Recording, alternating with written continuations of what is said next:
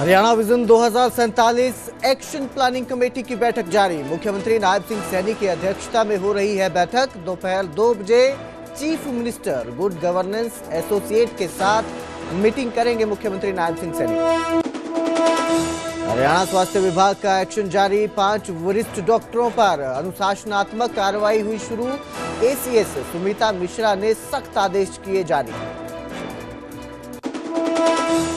Haryana BJP नेता कुलदीप बिश्नोई के बगावती सुर। दिल्ली में बुलाई समर्थकों की बैठक। सोशल मीडिया पर लिखा, रिश्ते और सम्मान हमेशा राजनीति से ऊपर।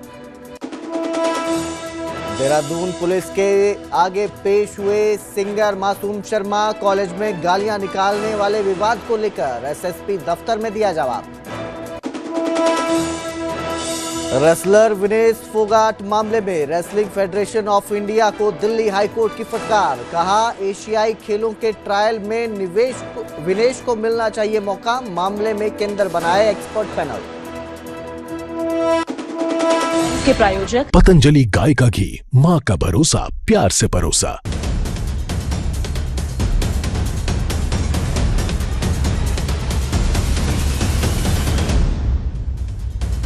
सिर्फ अपने कारण नहीं पहुंचते, सिर्फ अपने परिवार के कारण नहीं पहुंचते।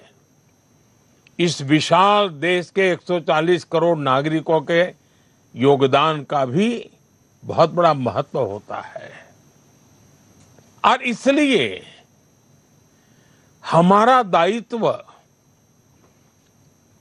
खुद के प्रति, खुद के परिवार प्रति, वैसे ही संपूर्ण समाज के प्रति भी रहता है। और मुझे विश्वास है कि इन सभी कामों के लिए आप अपने आप को और अधिक योग्य बनाएंगे। मैं आपको बहुत शुभकामनाएं देता हूं। साथियों, आप सबको पता है, अभी 2 दिन पहले ही मैं 5 देशों की यात्रा कर करके लौटा हूं। कहने को तो ये सिर्फ 5 देशों की यात्रा थी, लेकिन इस दौरान मेरी दर्जनों देशों की बड़ी बड़ी कंपनियों के लीडर से बातें हुई, विस्तार से चर्चा हुई, मुलाकात हुई। और हर जगह मैंने एक बात समान रूप से महसूस की है। दुनिया भारत के युवाओं और भारत की टेक्नोलॉजिकल प्रोग्रेस को लेकर बहुत उत्साहित है। आज दुनिया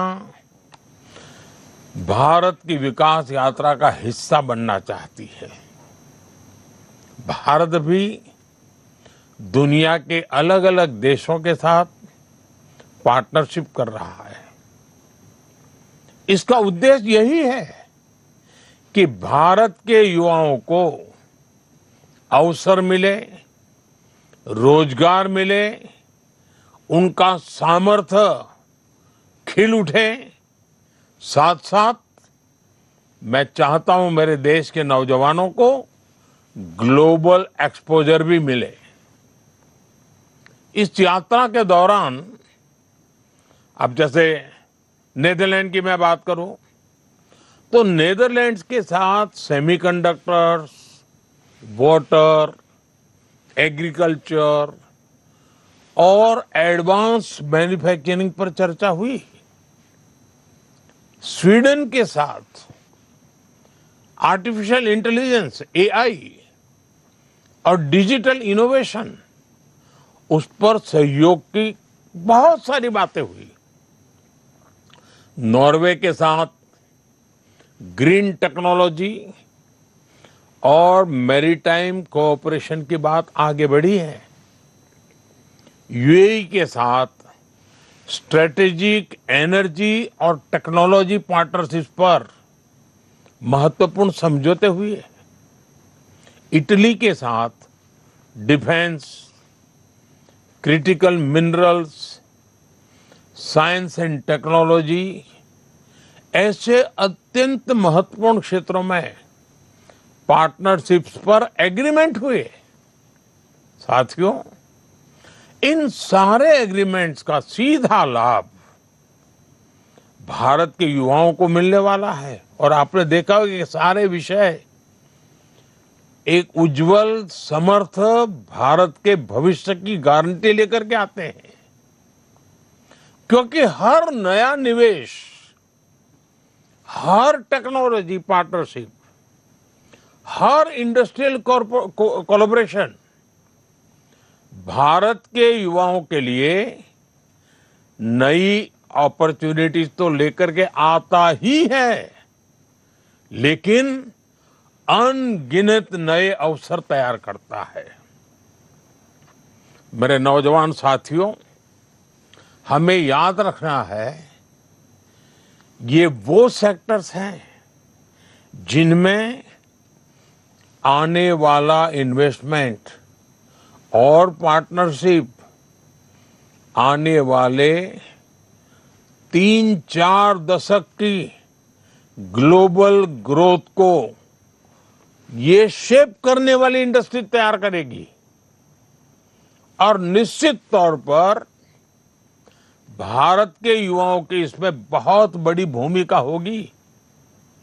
साथियों, भारत किस तरह दुनिया का एक भरोसेमंद सप्लाई चेन पार्टनर बन रहा है, इसका मैं आपको एक उदाहरण देता हूं।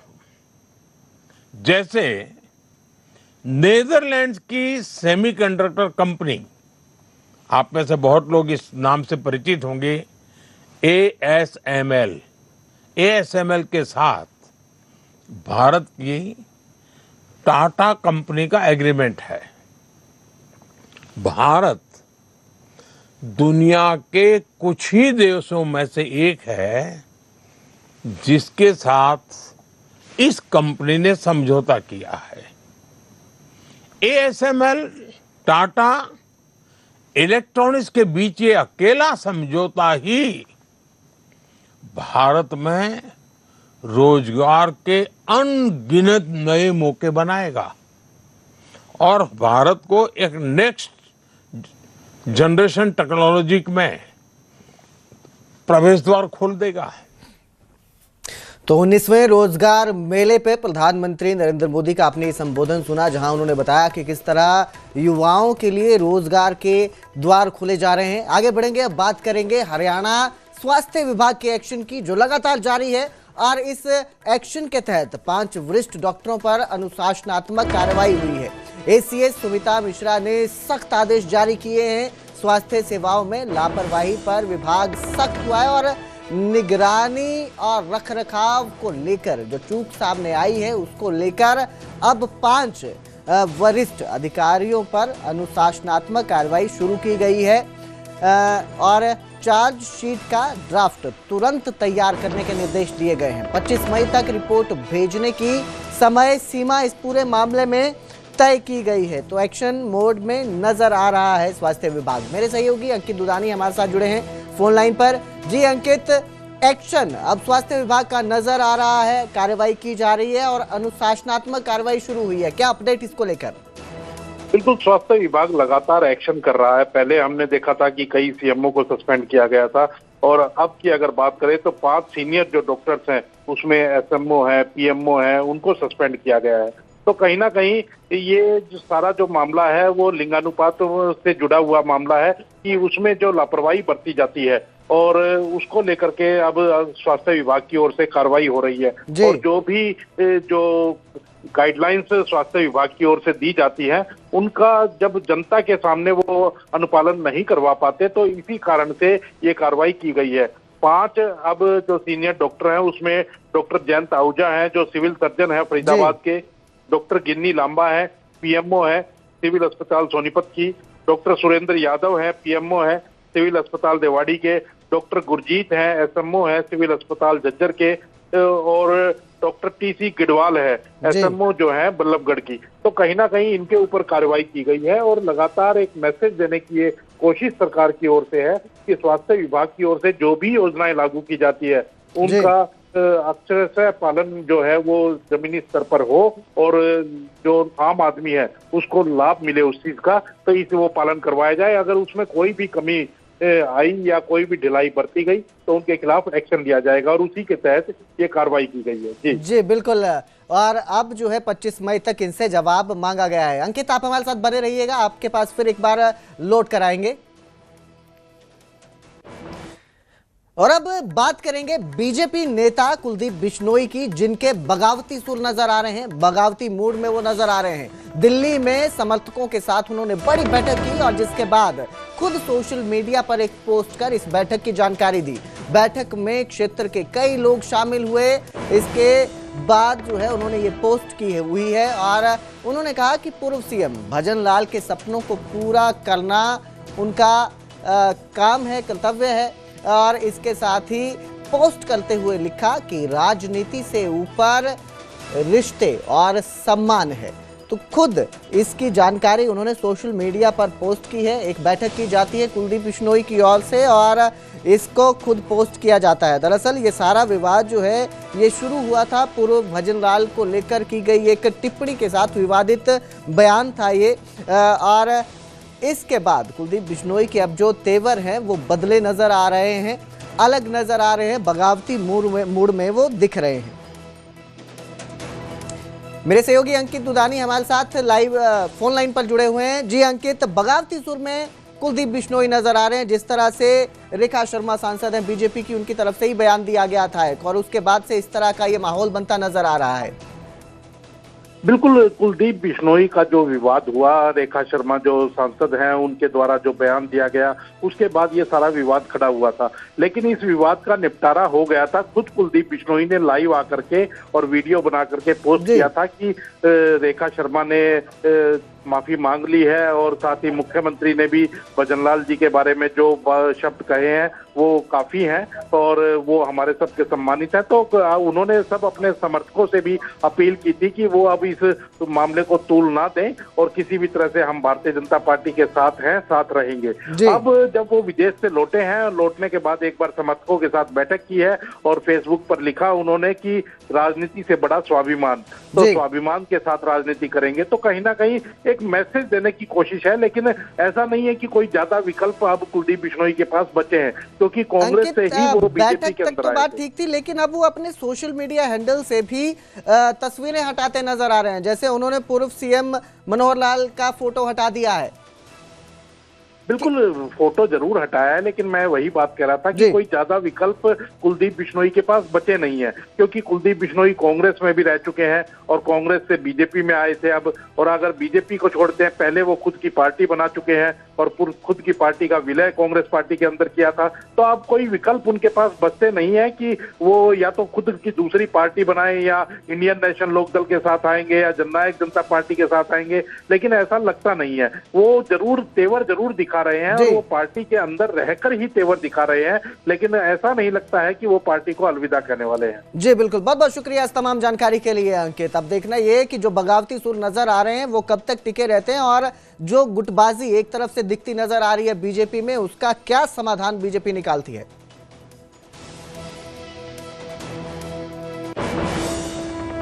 और अब रुक करते हैं हिमाचल प्रदेश का। हिमाचल कैबिनेट की बैठक हुई जिसमें कई महत्वपूर्ण फैसले लिए गए हैं।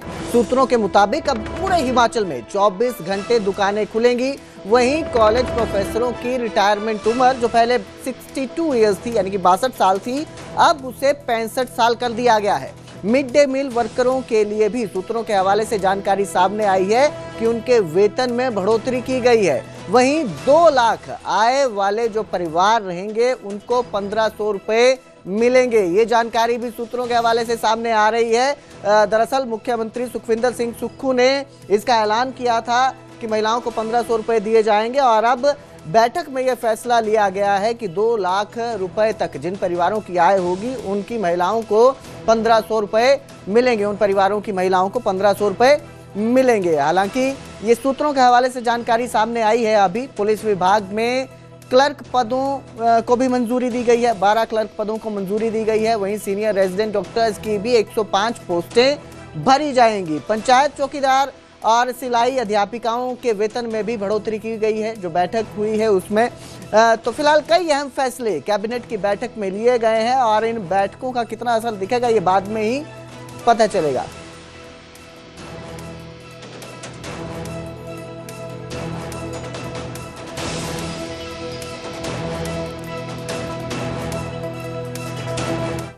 तो वहीं आज हरियाणा के मुख्यमंत्री नायब सिंह सैनी चंडीगढ़ में हैं, जहां Haryana vision 2047 action planning committee की बैठक चल रही है। मुख्यमंत्री नायब सिंह सैनी की अध्यक्षता में यह बैठक हो रही है और हरियाणा सचिवालय में बैठक जारी है। इसके बाद दोपहर 2 बजे chief minister good governance associate के साथ मुख्यमंत्री नायब सिंह सैनी बैठक करेंगे और शाम 6 बजे पंचकुला प्रशिक्षण शिविर में हिस्सा लेंगे मुख्यमंत्री नायब सिंह सैनी। तो फिलहाल जो है बैठक जारी है और इसके बाद मुख्यमंत्री 2 बजे अपने अगले कार्यक्रम की ओर बढ़ेंगे और शाम 6 बजे प्रशिक्षण शिविर पंचकुला में पहुंचेंगे मुख्यमंत्री नायब सिंह सैनी।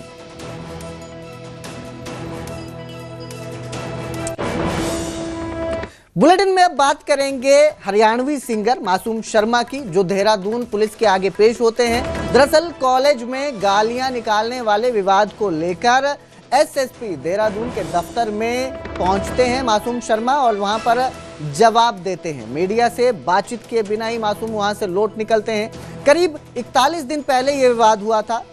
डीएवी कॉलेज देहरादून में स्टेज से मासूम शर्मा ने गालियां निकाली थी, जिसके बाद उनको बुलाया गया था, समन किया गया था, लेकिन मासूम शर्मा नहीं पहुंचते हैं। एक बार समन करने पर नहीं पहुंचते हैं तो उसके बाद उन्हें दोबारा बुलाया गया था। 10 मई तक का समय दिया था पेश होने के लिए, लेकिन फिर भी मासूम शर्मा वहां पर नहीं पहुंचे, जिसके बाद एसएसपी ने उन्हें नोटिस जारी किया था सख्त कार्रवाई करने का।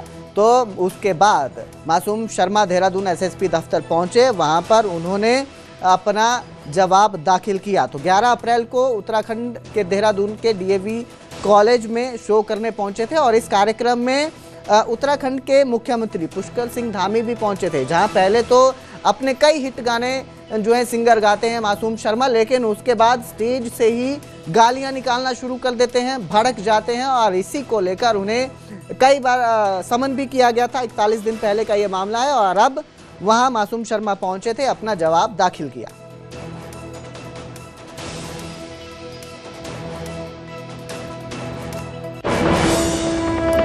और अब जिक्र करेंगे रेसलर विनेश फोगाट का। रेसलर विनेश फोगाट के मामले में रेसलिंग फेडरेशन ऑफ इंडिया को हाईकोर्ट ने फटकार लगाई है। दिल्ली हाईकोर्ट ने फटकार लगाई और कहा कि विनेश को घरेलू प्रतियोगिताओं में खेलने से नहीं रोकना चाहिए, बदले की भावना से काम नहीं करना चाहिए। मशहूर खिलाड़ियों को पहले भी ऐसी छूट दी गई है पहले भी कई खिलाड़ियों को इस तरह की छूट, तो अब विनेश के साथ अलग व्यवहार क्यों किया जा रहा है? हाईकोर्ट ने यह सवाल भी उठाया है।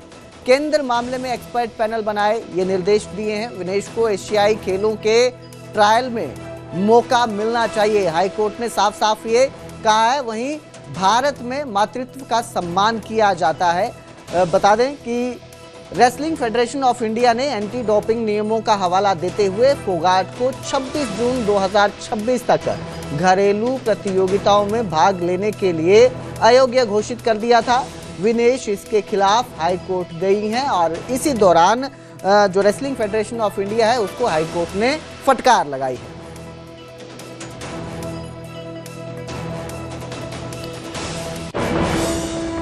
चलिए अब रुक करते हैं गुरुग्राम का, जहां की एक सोसाइटी में फिर लिफ्ट हादसा देखने को मिला। लिफ्ट में हादसा हुआ, बिजली जाते ही अचानक लिफ्ट में तेज झटका महसूस हुआ। इस दौरान वहां एक महिला मौजूद थी लिफ्ट के अंदर, जो काफी देर तक लिफ्ट में फंसी रही।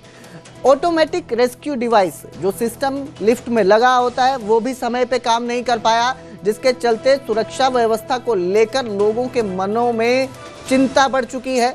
पूरी घटना की सीसीटीवी भी सामने आई है, जिसमें लिफ्ट के अंदर महिला फंसी है, जो ऑटोमेटिक रेस्क्यू सिस्टम है, डिवाइस है, उसे इस्तेमाल कर रही है, लेकिन वो काम नहीं कर पाया है। तो लिफ्ट का हादसा एक बार फिर सामने आया है गुरुग्राम से, जहां लिफ्ट अचानक तेज झटके के साथ बंद हो जाती है और महिला लिफ्ट के अंदर फंसी रह जाती है।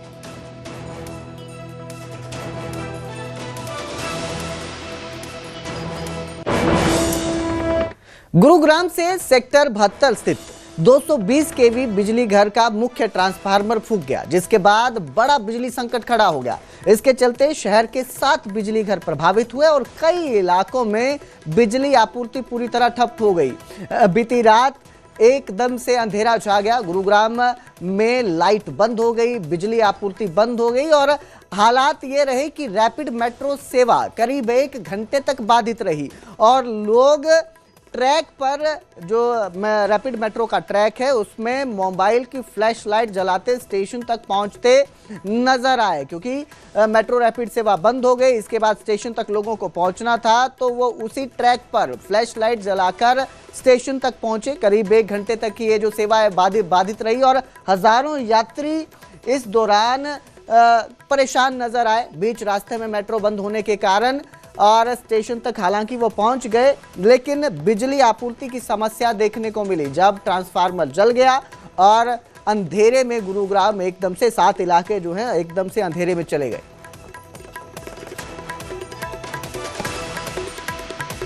7:50 के आसपास जो करंट ट्रांसफार्मर बोलते हैं, इसको 220 केवी का है, ऑयल लीकेज उधर हुई। जो ऑपरेटर यहाँ चेक करता है रूटीन उसमें, उसने सडनली जैसे भाई वो लीक कर रहा है तो इसमें बंद कर दो, आग ना लग जाए, उसको ब्रेकर काटने लगा। मीन टाइम वो ब्लास्ट हो गया और आग फायर पकड़ गई इसको। वो हुआ तो इससे फॉल्ट इतना बड़ा ट्रैवल किया कि जो सिटी के कॉलर्स होते हैं वो फटे और चारों तरफ फैले ना, बगल वाले उसमें भी उसने मतलब हमारा फॉल्ट क्रिएट कर दिया और उससे पूरा ब्लैक आउट हो गया सब स्टेशन। कितने स्टेशन जो हैं वो इससे ये हमारे जो यहाँ से मेन 220 केवी के सब स्टेशन सेक्टर 56 में और सेक्टर 52 में, ये दोनों पावर हाउस बंद हो गए थे और उनके डाउन लाइन भी हैं 5 या 6 या 5 सब स्टेशन है 66 के भी, वो भी बंद हो गए थे। ये रैपिड मेट्रो भी, हाँ, रैपिड मेट्रो 7:50 के साथ ही बंद हुई थी। वो सेक्टर 56 पावर हाउस से चलती है, बट हमने उसको इमीडिएटली 8:25 के अराउंड हमने रिस्टोर करवा दिया था रैपिड मेट्रो। यमुनानगर में बाढ़ की मार झेल चुके खानूवाला गांव के लिए अब एक राहत की खबर है। दरअसल सोम नदी के दोनों किनारों को सिंचाई विभाग हजारों टन पत्थरों से पक्का कर रहा है। साइट पर पत्थर पहुंच चुके हैं और जल्द काम शुरू होगा। पिछले कई सालों से मानसून में गांव में पानी घुस रहा था। 2 साल पहले 7 फीट तक जल भराव हुआ था, लेकिन अब तटबंध मजबूत होने से खानूवाला समेत दर्जनों गांवों को राहत मिलेगी। जिले में 40 करोड़ रुपए की लागत से 28 साइट्स पर काम जारी है।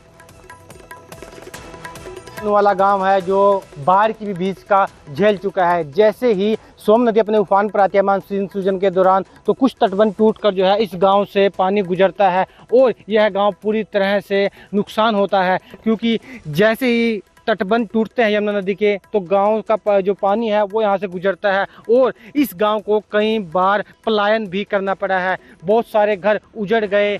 आसपास के जो घर गांव है वहाँ पर एक व्यक्ति की मौत भी हुई थी। इस बार भी जो है सिंचाई विभाग की तरफ से बाढ़ बचाव के कार्यों को युद्ध स्तर पर कराए जाने की बात जो है अधिकारी कह रहे हैं और इसके अलावा जो पत्थर है वो भी लगाने के लिए तैयार है। और ये वही गाँव है फिलहाल जो हम तस्वीर आपको दिखा रहे हैं और मानसून सीजन में इसकी तस्वीर पूरी तरह से पलट जाती है। इस बार जो है सिंचाई विभाग जो है इस गांव में किसी तरह की परेशानी ना आए, इसको लेकर पूरी तरह से कमर कस चुका है। अब देखना होगा आने वाले समय में क्या सिंचाई विभाग यह काम पूरा कर पाएगा, क्योंकि उम्मीद जो है अधिकारी लगा रहे हैं कि 15 जून से पहले इस काम को कर दिया जाएगा और जो उम्मीद गाँव वाले कर रहे हैं उस पर खरा उतरने की सिंचाई विभाग कोशिश कर रहा है। अब देखना होगा 15 जून से पहले क्या सिंचाई विभाग यह काम कर पाएगा। और जो उम्मीद गाँव वाले लगा रहे हैं कि जैसे ही यमुना सोम नदी उफान पर आती है उससे गांव में पानी घुस जाता है, क्या इस बार यह पानी सिंचाई विभाग रोक पाएगा, ये देखना दिलचस्प होगा। कृष्ण को चक्रव्यूह में लाने की ताकत केवल मुकेश में ही है। तो वो जो 2100 रुपये वाली बात बोल रहे हैं ना, ये जो लालच है हमारे मन में, तो बहुत सारे सक्षम लोग आपके पास आते हैं कि इस योजना में हमारे को डलवाओ, नहीं डलवाओगे तो फिर देखते हैं, अगली बार आएगा तो देखते। ये मुगलों के पारिवारिक झगड़े किस बात के थे? अब आप मुगलों पे चले जाओगे। मैं आऊंगा ना, लालच के झगड़े थे ना, तो अभी भी है। आप वो मैं कह रहा हूँ उस युग में भी थे, वो राम और रावण वाले युग में भी थे, कृष्ण जी वाले युग में भी थे, उसके बाद भी थे, आज भी है। एक तो मैं बड़ा मजेदार उदाहरण दे रहा हूँ। एक तो आप आज सुंदर इतना लग रहे हो कि मेरा मन कर रहा है कि इंटरव्यू करने की जगह मैं आपसे प्रवचन करवा लूं। चक्रव्यूह देखिए मुकेश राजपूत के साथ